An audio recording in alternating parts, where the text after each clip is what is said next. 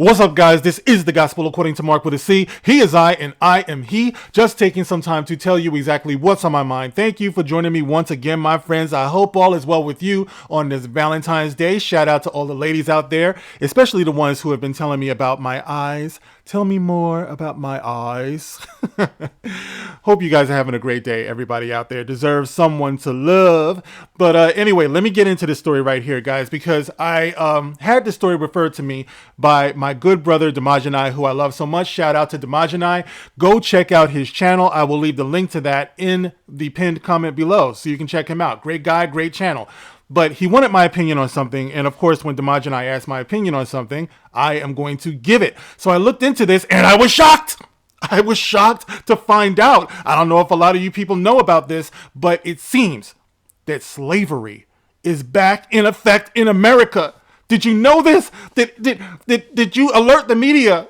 Check this out, guys. It's true. According to a Twitter page called End Wokeness. Now, actually, I do follow this on Twitter, on X. Every now and then they have some interesting stories and things like that. Some things that are funny and some things like this that are highly disturbing. Now, according to End Wokeness, and I'm going to read this. I'm going to leave the pinned this in the pinned comment below also. According to this, it says, holy schlit. And that's the way they spelled it. S-H-L-I-T. Holy schlit. They found a way to bring back slavery and make it woke. And let me see. It also, if you scroll down, let me read this other thing here. This is from Mahatma Gandhi, which is a parody account. Mahatma Gandhi, the Mahatma, says, lib white women are now housing illegal migrants in exchange for private chef services. Indentured servitude is now compassionate, with quotes, according to the woke mind virus. It's like having your own personal chef. And this is in quotations. I'm going to read the story so you can get the context about who's saying that and why. But let's get into this, guys, because I did some digging here and I saw this on NBC. Actually, no, I'm going to read this one from MSN.com. All right. So it says here, migrant family from Haiti shares their experience finding a host home in Brookline. A migrant family from Haiti spoke exclusively with NBC 10 Boston about their experience in the Boston area. Boston. They recently found a host home in Brookline, Massachusetts, and they've been searching for jobs. Pay attention to the words here, guys, okay? Because I'm going to actually make reference to this, because just pay attention. It's been an emotional few weeks for Wildande Joseph and her husband. First, they slept on the floor at Boston Logan International Airport and then in Children's Hospital with their 2-year-old daughter who got very sick. However, things are now looking much brighter as they've been welcomed into Lisa Hillenbrand's Brookline apartment. She said her daughter is very happy. When she wakes up in the morning, she says, "Hi, Lisa," and everyone starts the day smiling. It's a delight, and it's really fun having them. What I realized is there's so much prejudice against refugees, mostly because people don't know them, said Hillenbrand. Hillenbrand said she feels like she has her own personal chef, as Wildande loves cooking. In fact, her goal is to open a restaurant. Once again, guys, pay attention to words, because this is the part that's making the headlines. Hillenbrand, the host of this Haitian refugee family, the Fugees, ooh la la la, says she feels like she has her own personal chef, as Wildande loves cooking. In fact, her goal is to open a restaurant. Now, the couple has their work permits, and they've been taking English classes. They say they're open to work anywhere to save money for their future. In the meantime, they're enjoying their time with Hillenbrand, their new friend for life, and their daughter's new grandmother. They are hardworking. They want to learn. They want to be successful, and I feel great helping. And I get to understand the refugee crisis from the inside, said Hillenbrand. Hillenbrand is impressed by the number of people she's met at the Brookline town hall meetings, yes, who have been stepping up and hosting families. She's hopeful in the coming days and weeks that more will do the same. Okay. All right, guys, that's the end of that article. Now, this is the thing that End Wokeness decided to spotlight. Now, let me just start off by saying this, guys. All right, maybe I'm missing part of the story. Now, I went to go look for this. All right, so I could be fair and I could give my balanced and informed opinion about this.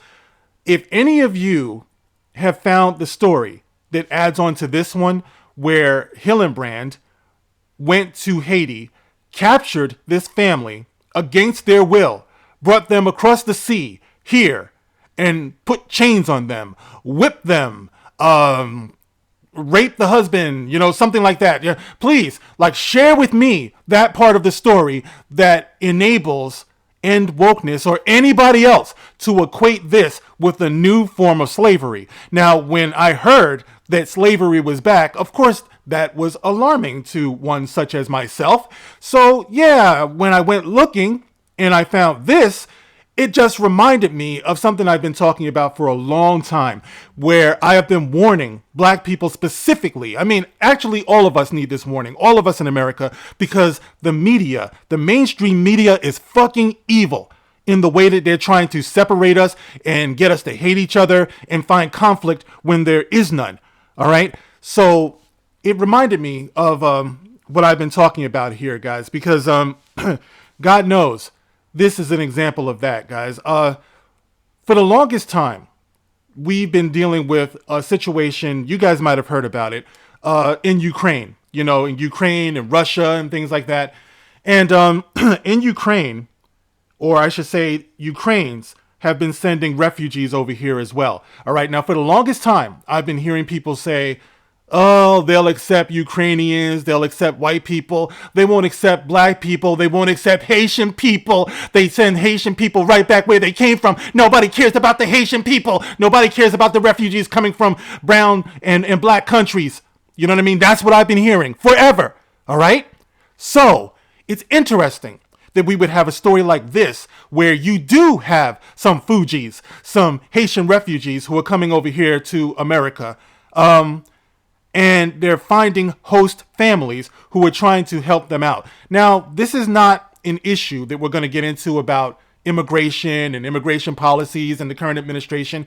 We're talking about this specific story right here. So please stay focused, right? About whether or not this can be considered the new slavery or indentured servitude, because they're brown skin and this white woman is helping them. If it was another black woman who was helping them, would we still say that it's slavery or indentured servitude? Or would we be applauding that black woman, if Hildenbrand was black, for example, for helping these Haitians? It just so happens that you don't see too many black people helping black people this way, refugees. You don't see that. It's a shame, but I'm not saying it doesn't happen before you get in the comment section. I'm just saying you don't see it publicized like this, all right? And if you did see it publicized like this, how do you think it would be received? So because this is a white woman helping a Haitian family, and they seem to not have a problem with it, the daughter says hi to her every morning. They're talking about they love cooking. Now, just because she says it's like having their own personal chef, somebody decided that they were going to zero in on that. Put that in the headline. Woke! New slavery, indentured servitude, because that's all you people can relate to. Once again, weaponizing victimhood. I don't care what side does it, whether it's the right or the left. I don't appreciate it when they insult our intelligence this way. You're thinking to yourself, well, Mark, it does sound like that. There's got to be something more to it. Well, let me put something on your mind, homie. All right, let me read something else to you from the BBC.com and tell me if this sounds familiar. Ukrainian host family in Somerset forged lifelong friendship. This was from July of 2023. A couple who hosted two families who fled Ukraine after the Russian invasion have forged a lifelong friendship. John and Julie Guilfoyle from Somerset welcomed two mums and their three young children into their home in July 2022. A new appeal has been issued locally for more families to come forward because original hosts are approaching the end of their commitments. We have gained so much from the experience, a true friendship and connection, Miss Guilfoyle said. Doesn't that sound just like Hillenbrand in the other story? They've gained lifelong friendships, a true connection. Since the Homes for Ukraine scheme was launched in March 2022, the county has welcomed more than 1,500 Ukrainians. Once again, this is not it's not a story about how you feel about immigration and the administration and all that stuff, all right? It's just talking about this story and whether or not this counts as slavery. So you would say that these Ukrainians are also being enslaved. More than half the guests have moved out of their sponsors' homes, some into private accommodation and others out of the county for work or back to Ukraine. More than 700 Ukrainians are still living with their hosts in the area. Mr. and Mrs. Guilfoyle provided a home for Natalie and son Nazari, 10, from Kyiv, as well as Maria and daughters Diana, 17, and Veronica, 11, from a village near Lviv. They were fleeing the war zone near their homes and were offered safety and support by Mr. and Mrs. Guilfoyle. For us, it was an easy decision to make. We knew we had to respond and do something, Miss Guilfoyle said. My advice, if you're able, would be to just do it. It's not without its challenges, but there's a huge amount of support available to you as a host. We have forged lifelong friendships with each other. All right, so doesn't that sound familiar? Doesn't that sound like the other story that they're passing off as slavery? Like, listen, the woman, Will Donde, is cooking for her host. All right, she is her host, right? What is she supposed to do? Fucking sit on her ass all day and do nothing? No, she wants to give back to this woman who's being generous to her. So she's cooking until she can find a job. They said they're studying English. They got their working papers. This is something that would be considered mutually beneficial. And I think that it's disrespectful for those people who were enslaved back in the day, right? It's disrespectful to them because they were abused. Slavery is something that was a nightmare. It was horrible. Unspeakable crimes were done to those people. So watch your mouth when you equate anything that you see in this story to what those people who were enslaved went through. They didn't chase them down. They didn't shoot at them. They didn't violate them. They didn't do all of that. This is a totally different situation. And I am so sick of people using their political agendas to try to get black people all riled up. So, my appeal to the black people out there who are going with this, reading the comment section, I see a lot of them, just going with it. Oh, yeah, it's slavery. Oh, you can't trust these white women. Oh, Malcolm X said, no. I don't care who you are, all right? I don't care what side of the aisle that you're on. Abuse is abuse. Kindness is kindness, right? If those people from Ukraine are coming over here to find host families to take care of them, then those people from Haiti also have that same opportunity, or should have that same opportunity, without having the threat of a new slavery put on them, which is freaking ridiculous. But guys, that's just my opinion. All right. If you see something more to this, if you have something more to add to the story, if it turns out that they are in fact being abused, then I would change my opinion. So please get in the comment section and share what you know. Share your opinion, your views. Let me know what's up. Let me know what's on your mind. I thank you guys for listening. I thank you for subscribing, for sharing, for any super thanks. You guys are the best. And I will catch you on the next one. Thanks for listening. This is The Gospel According to Mark with a C. Once again, shout out to Demogeny. Rock on.